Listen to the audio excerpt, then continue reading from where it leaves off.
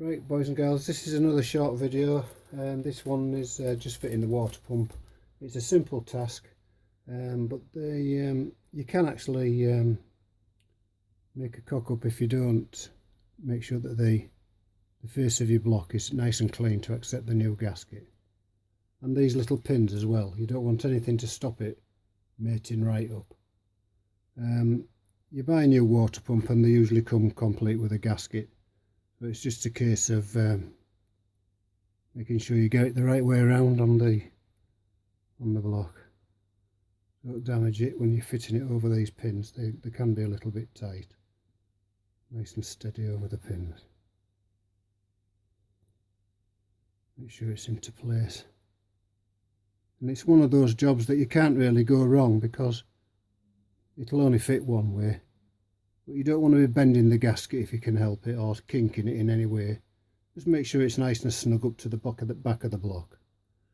And forget when you water pump. This water pump came with that gasket, and to be perfectly honest, it was about £16 from Fleabay, and you can't grumble for that money. Why would you bother putting an old water pump back on?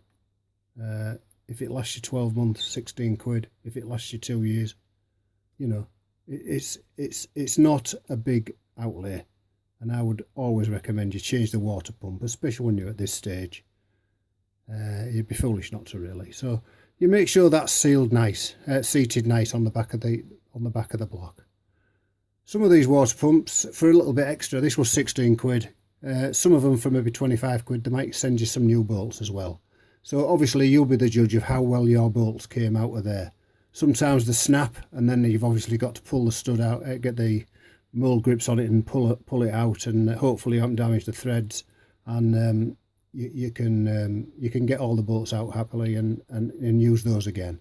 If you want to go to the extra couple of quid, buy the water pump that's got the bolts. It's your choice. It saves you 3 or 4 quid. Maybe a little bit more depending on where you get it. But I found eBay or one of those owners clubs, the Morris 1000 Owners Forum and things like that, they all have water pumps to suit this engine. So you'll find the best deal, you'll find the best price, and you'll go from there. There's 2 locating pins on there, and there's a corresponding locating pins on the back of the water pump. Now what I generally do, again, I'm a bit of a copper slip. Put a bit of copper slip in there, in the recesses where the pins go, because over time you might find that those pins will corrode into there. Aluminium's got it corrodes onto steel, and it makes it hard to get off. So you want to be doing these things, making them as easy as you possibly can for doing a job later on. You're not going to break anything getting it off. So that's what I generally do, and it lubricates these little pins, and it just stops them from corroding into the water pump. And then you have to get a screwdriver or something, and you break the gasket and all that. So it's just extra expense just for the sake of putting a bit in there. Obviously check your part is corresponding with your old pump. That's the old pump off this engine, and you can see what sort of a state it was in. But it's the same water pump, but it's not a cast as heavily well made as the old one, but I'd rather put a new one on. So you just make sure that that's located into the pins, and it should just slot on nice and easy, like so. That's up there, and it's nice and snug. Don't do any more than that for now. I've cleaned all the threads on the bolts, and our motto, as you know, is don't tighten anything up with your spanner unless you can get your fingers on it first. So the first bolt goes in. I dip these bolts in copper grease. You can choose to do that if you wish, or you can choose not to if you wish. But I just think steel corrodes on aluminium, and it means that you can't get the bolt back out again. And when I do a job on this engine again, or whoever wants to do a job on it, it'll make it that bit easier. It won't fix it altogether, but it'll make it that little bit easier to get those bolts out without snapping them, and that in turn will make the job less expensive. And tighten them up with your fingers. You can see that's just going in nice and easy, and you can virtually get that right the way in. If your threads are clean, you've got a bit of lubrication on it, that's nearly up, so I know that that's not cross threaded. get your next bolt. It's all nice and clean. I'm using the old bolts because I can live with the old bolts. It's not a be and end all. If you want to make a really good job and you want to put new bolts in and not paint your water pump, that's fine. I'm not painting the water pump on this engine because I want people to see that it's a new water pump. But I'm using the old bolts. There's nothing wrong with the old bolts. They're not stripped out, the heads are good, and they're all clean. Bit of copper slip, stop it corroding inside there, because over the years moisture will get in, and it will, believe me, and that'll just stop it. It won't stop it altogether, it'll just delay it, so it'll last longer. It'll be easier to get out in a couple of years if you want to do a job on it, or for whatever reason you might never have to do it again. The lifetime of the engine. I don't know how many times you I've only done them once. You know, when I do an engine, I do it once and that's it. So that's it right in with my fingers again. The next bolt, and you'll find that there's 2 long bolts and 2 short bolts. They're easily found, so you can't mistake it. Dip your nut in the copper slip, in the copper grease, and give it a good lubrication with that. There's a sort of chemical reaction that happens with aluminium and alloys and steel. I don't know why, but I'm not that technically minded. I just know that when you do it, you always find there's like a white corrosion on everything, and it's really tight, and your nut snaps, and your bolts snap and shear. And I think, well, I wonder why they never did that in the factory, but I do it, and it never lets me down. So they're right the way in, as you can see. I've tightened all those up, nearly all the way in with my fingers, and that's what we like to do on here. We don't like to be putting a spanner on until we know that the nuts and bolts go right the way in. That's our little motto for all these videos.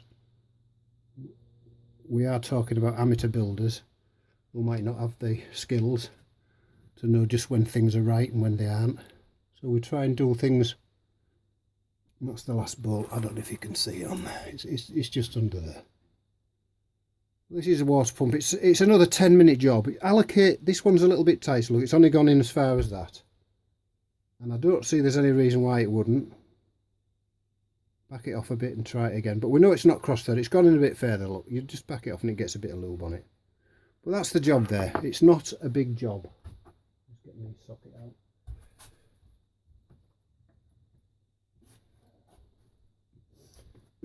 It's not a big job. It's something that you can do. Plan your day, like I said, and nip these up.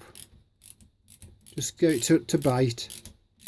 You're not tightening it just yet, you're just nipping it up to make sure they'll all tighten in. You don't want to tighten one all the way up and then find the other one won't go right in. So just tighten them up till you can feel them nipping. You get a bit of pressure on the ratchet. And you feel a little bit of pressure on it, because you want to try and tighten the middle evenly if you can. Don't pull it all down on one side and nothing on the other. Just go around them slowly but surely till it pulls it down, and you'll pull it down more evenly onto the block. And just go around one little click at a time until you feel satisfied that you've got them tightened up enough. You don't want to over tighten them, remember, because you can rive on them and chew on them and you'll think, oh my goodness, I've snapped the bolt. That means getting it out and getting it drilled out. You've got a new gasket on there, so it's not gonna be you're just nipping it up so it's good and snug, shall we say. Don't overdo it. You'll get a sense for how tight to do these things, and that's it as far as I'm concerned for that. I've got one of the wife's blouses again, but I don't think she'll mind because I always get them laundered before she gets back from work. I'm lucky, you see, because I've retired now. But and if I don't get them washed, I'll just say the dog managed to get it, something like that. So anyway, and you'll also notice that when I put these head bolts in, we did that in the last video, I've put the washers and the nuts on the top of every bolt, so that I can't lose them. They're not going to get misplaced. They're there. Everyone's finger tight all the way down as far as it'll go, because I don't want bits all over the workshop now we're coming to the end of the major parts, so anything I can put on, and I know I'm going to lubricate those before I tighten them back up, so anything that I can put on now, it gets the part out of the way and it's there with the washers. They're all there, 5 on this side, 4 on that side. The water pump's on, we know it's in, we've tightened it up. I won't even bother doing them nuts, I won't even paint those. I shall leave those just as they are. Anybody can see that's a new water pump on there, and hopefully that'll give us a lot of trouble-free motoring. So so that's the job there. Let's get this video out for you. That's the job there with the water pump. I've used the original bolts. Don't go riving and chewing with them, you'll find that you can use a lot of things again. And for the extra couple of quid, if you want to do that, that's fine. But that's all we've done for now in this video. I've got the oil pump to put on yet, and I've got the distributor to put in place, but I won't do that till the end because I don't want to break anything on the distributor itself. So we'll come to all that later on in the video. But we're getting along now, boys and girls, and that's another bit in place. And I'll soon be moving the engine, as I said, onto a little stand I've made, so that I can work in the workshop and still show you what I'm doing, because we are confined for space and the engine's getting quite heavy now, so I'll move it onto its final resting place, so to speak, and then we'll go on to putting the head, the manifold on, and then it's a two-man person then to lift the engine, really, for me, and we'll get that so you can see it running hopefully at the end of the build. So thanks for watching the video. Very basic video, water pump only. And thanks for watching. Thanks for anybody who subscribed, and if you like the video, give us a like and I'll try and answer any of your questions. It's a budget build, remember, guys and gals, and it's for the amateur builder. So thank you very much.